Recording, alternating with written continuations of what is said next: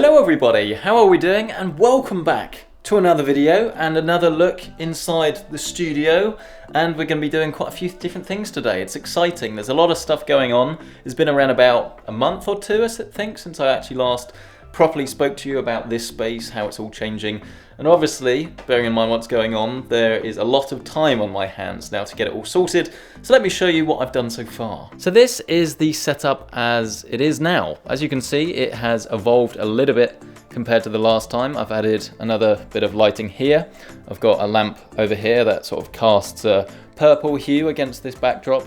And as I now normally film my videos here, it really does make everything look very nice actually. I've got two monitors on the go, but these will be moved ever so shortly. I've got a new mouse. This is the white edition of the Logitech Ghost. They sent this out for some sponsored Instagram posts of all things.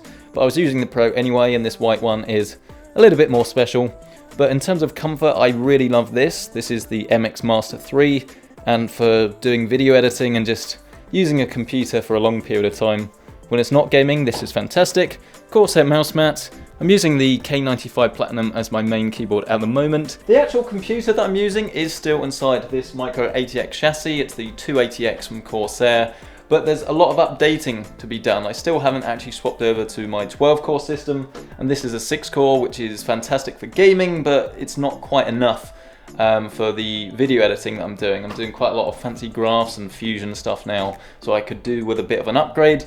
And if you can sort of notice, I actually have this glass that does need to be on the side of the PC because it's just producing too much heat, and it just works better with the side panel off. I know it's not very glamorous, but sometimes we need to do these things. Let's show you though what my plan is with my PC, because you'll probably recognize this. It is the NZXT build that went live about 2 weeks ago. That is on the channel. I'll leave it in the top right hand corner if you want to see that. But it is a really glamorous bit of kit. It's fairly subtle at the moment, but there are quite a lot of improvements to be made. I've put this underglow at the bottom that I had to glue on because it kept falling off, but otherwise it's a really nice bit of kit. But my plan is to actually build inside this case with my full 12-core system. I'll probably put some more RGB fans and stuff in it to make it a little bit more blingy, but then hopefully I will actually do a full custom water-cooled loop in this. So I've spoken to Corsair, and we do already have a few bits and bobs lying around in terms of water cooling, but I need to get a new pump and pump res, and this will probably fit here at the top somewhere. And it is going to hopefully be hardline this time as well. I want it to be a bit more of a project, should be quite fun to do. Haven't done hardline before, I've only done soft tubing. Again, you can find that in the top right hand corner if you want to see how that went. But I think once you start doing liquid custom cooling, it's all you then want to do in the future, especially when you've got time on your hands. I'm not entirely sure whether the fact that this only has one USB 3 and then a Type-C is going to be a problem, but I guess that's a future marker's problem. I have to work that one out. But then this is the side of the room that I don't really talk about that often because, as you can see, it is a little bit of a dumping ground. This is just because I don't have the storage units in place yet. I need to actually still order those. But in terms of lighting, I use this just to give a sort of subtle blue hue that comes across this side of the room and illuminates my face. But then for full illumination, I have these Elgato key lights. A little bit of sound dampening. As you can hear, it is still a tiny bit echoey, unfortunately, in here. But I think as soon as I have the storage, it will actually sort that out. So the storage is going to go all the way to the ceiling on both sides, and then I will stick these to the walls and to this door and to this wall, and that should hopefully mean that the room is very nice and soundproof and it dampens the sound nicely. But perhaps the most interesting video is all about this box here, as inside is NZXT's H1, and this is a ITX case that I'm going to use with a Ryzen 9 CPU, an X470-i motherboard, and I'm planning to make this my living room PC, which should be very, very cool, but that will be a future video. But first thing I want to do today is get this monitor set up on my desk. Bye bye omens. Sorry about this, it's time for you to go back to wherever it is you came from. Somewhere in London, probably. I actually have around about 4, I think, of these to put in boxes, so what do you think the chances are of me leaving one of the cables out after I've put them all away? Probably quite high. And now for the big one. Very flamboyant today. This is the ROG Swift PG43U. 144Hz, Ultra HD 4K, G Sync, display HDR 1000. What more would you want? HDR 2000. Right, that was actually way too difficult to film myself, so we have Michelle behind the camera now, who is going to finish the job. Hello, Michelle. Hey. This monitor is quite interesting because it is G Sync, but it's not G Sync Ultimate. So this is the first one that I've seen that actually doesn't have like the full array local dimming or failed system. So it's a little bit cheaper, and it's sort of what we've been asking for, which is a fantastic HDR monitor that is cheaper, but we're going to see whether not having that backlighting system is going to be a big problem. It's still going to be very bright, but it just won't be quite so precise. So we might have a little bit of zoning on screen, we might get a bit more bleeding, but we shall see. This is quite a big box actually. It's probably a two-man job, but I always do these things by myself because I'm hard. I didn't intend this to turn into an unboxing, and as you can see, I don't do a very good job at it. This is just some cables that, fantastic. This is a weird box. It's got like cardboard on the underside. That doesn't mean much. Spin round, spin round. What's this all about? Is it meant to like fall out or something? Very strange. I will cut this bit out, probably. Oh, do you not open from this side? Whoops. There we go. That is more like it. Shit. Just sit there. There you go. I did not break it. Yet. So the first thing that you'll probably notice about this, other than the fact that it's quite heavy, is that it is big. It's ginormous. 43 inches is unapologetically huge.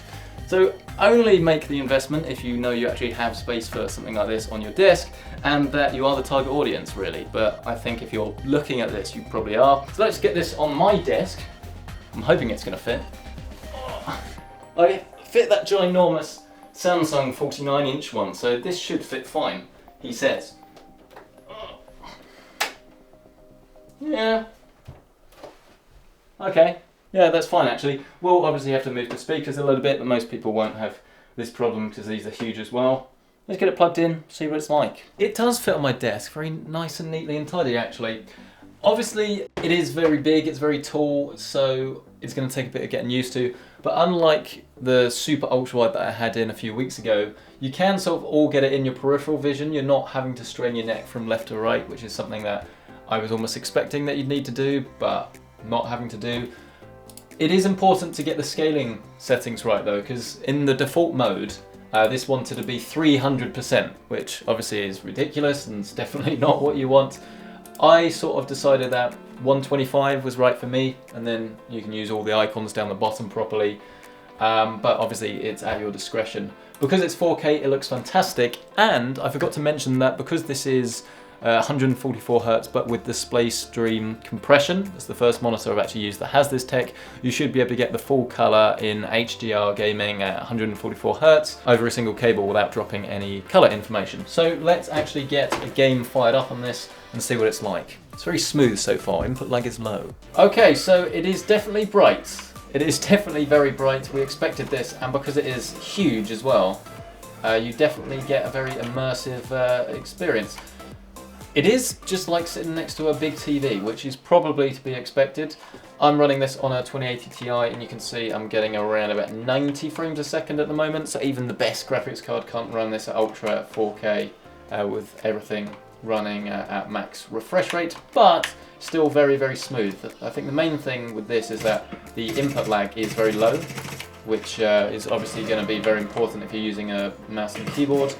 And to be fair, if you are buying a 144Hz monitor, as I turn that down, this is actually really annoying as well. This is something that really drives me mad. If you turn the volume down while you're playing an HDR game, you get this horrible flicker in the background. And I know why that is. It's because in the desktop, HDR is not actually enabled. But regardless, it's still one of my pet peeves and it annoys me. But yes, looking very good. Looking forward to the full review of this. Should be coming on the channel in around about a few days or so, maybe max a week. You can hold me to that. Well, that was a nice little surprise, wasn't it? It's always good to have a bit of help with these things. It meant that I could actually give you a proper unboxing experience. How about that? Everyone wins. Now, the last thing that I need to do for the day, other than obviously quite a lot of editing and emails and all of the boring stuff, is to do a little collab with the one and only Jonathan Morrison, because he's doing a top 50 tech under 50 with 50 people, and I am featuring with this thing, which I said to Gareth, my normal cameraman, and he was like, that's really boring, why would you want to submit that? It's because actually, mate, it's very cool. Because not only does it look very good, not only is it very affordable, but because I've put a Philips Hue bulb in it, so I can control it with the Stream Deck. There it is. Press a button and then that will come on or off. But also you can use Google Home, so you can say, make the studio hue light blue.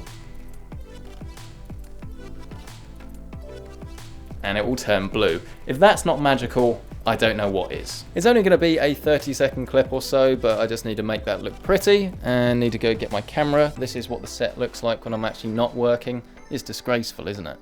Absolutely shocking. I have to move everything around.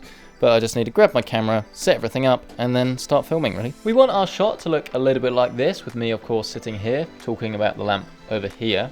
I'm shooting a little bit wider on this camera so I can get everything in, but you can see that the actual shot is going to look something like that. I just need to take my seat, plop the microphone in the stand. I really should replace this. I've been using this since I started, so that's what, 8 years ago now? God. I'm actually getting a little bit older. Can you believe that? It's crazy. And I also have a secondary display that I will use to actually monitor what I'm doing, so that when I'm filming I know if the camera's stopped recording, if I haven't started, and just to check focus and everything. So this is a clip of me talking to JM. Is that what the cool kids call him? Jonathan Morrison. The most important thing is actually lighting, which is why I've gone for this lamp right here. It's got a bit of a weird name. It's called the Modern Vintage Lamp or something along those lines. But I really love how it's got this open frame copper look, but then a very neutral white shade that you can put a Philips Hue bulb inside, choose a different color, operate it with your phone, Google Home, or even a Stream Deck if you have one. It's a really cool bit of kit and it makes a big difference and it is very affordable. So this then has pretty much been a bit of a day in the life of PC Centric, as well as an updated studio tour.